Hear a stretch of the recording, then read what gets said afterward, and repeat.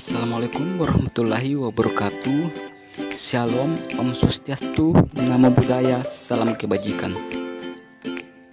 Perkenalkan, nama saya Dwiki Hendra Pernanda, NIM H0219308.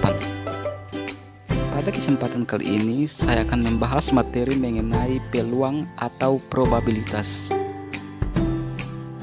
Nah, dalam materi saat ini mengenai peluang atau probabilitas, ada beberapa poin penting yang akan kita bahas, yaitu yang pertama definisi peluang, yang kedua konsep dasar peluang, yang ketiga nilai peluang, yang keempat frekuensi harapan, dan yang kelima contoh soal menentukan peluang suatu kejadian. Nah, untuk yang pertama definisi peluang. Peluang atau probabilitas adalah kemungkinan yang mungkin terjadi atau muncul dari suatu peristiwa. Pengertian lain dari peluang adalah besarnya probabilitas atau kemungkinan berlangsungnya suatu kejadian. Ada beberapa kejadian-kejadian yang berhubungan dengan peluang atau kemungkinan.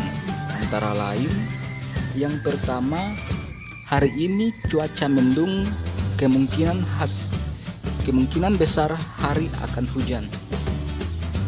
Kemudian yang kedua, kemungkinan tim bulu tangkis ganda putri Indonesia untuk merebut medali emas di Olimpiade Tokyo sangat besar.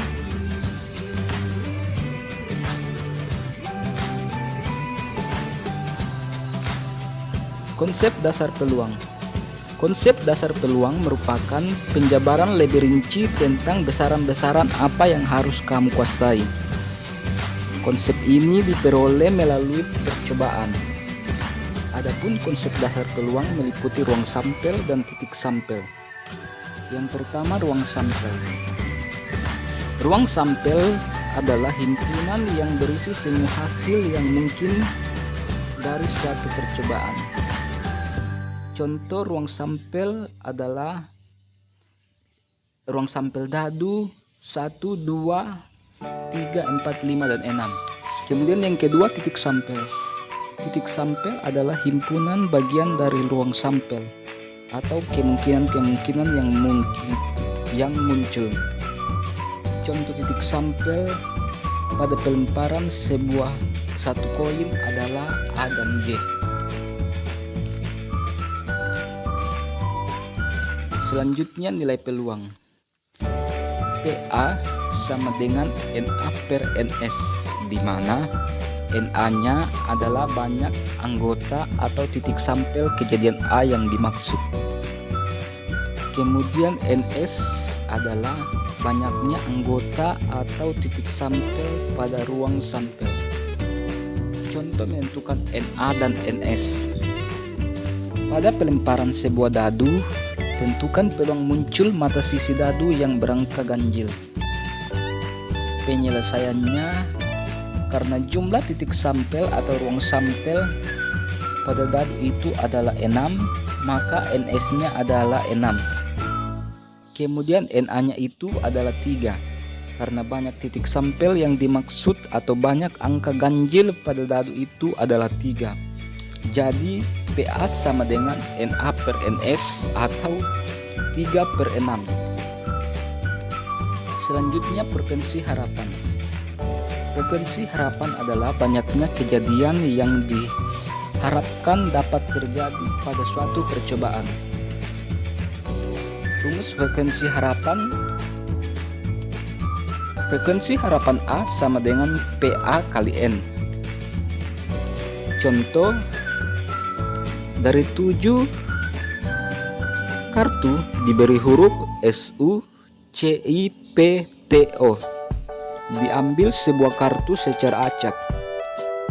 Jika pengambilan dilakukan sebanyak 70 kali dengan pengembalian, frekuensi harapan terambil huruf vokal adalah, penyelesaiannya NA sama dengan 3. 3 adalah jumlah huruf vokal pada Sucipto. Kemudian A sama dengan 7. 7-nya adalah jumlah semua huruf pada Sucipto. Kemudian N sama dengan 70. 70 adalah jumlah pengambilan yang dilakukan. Karena rumus frekuensi harapan itu adalah frekuensi harapan A sama dengan PA kali N, maka frekuensi harapan A sama dengan NA per NS kali N. Maka frekuensi harapan A sama dengan 3/7 kali 70 sama dengan 30. Kemudian yang terakhir, contoh soal menentukan peluang suatu kejadian. Pada percobaan melempar sebuah dadu bermata 6, pada ruang sampel terdapat sebanyak 6 titik sampel, yaitu munculnya sisi dadu bermata 6, bermata 1, 2, 3, 4, 5, dan 6. Kejadian-kejadian yang mungkin terjadi adalah: yang pertama, munculnya mata dadu ganjil; yang kedua, munculnya mata dadu genap; dan yang ketiga, munculnya mata dadu prima. Jadi itulah yang dapat saya sampaikan. Lebih dan kurangnya mohon dimaafkan. Wassalamualaikum warahmatullahi wabarakatuh.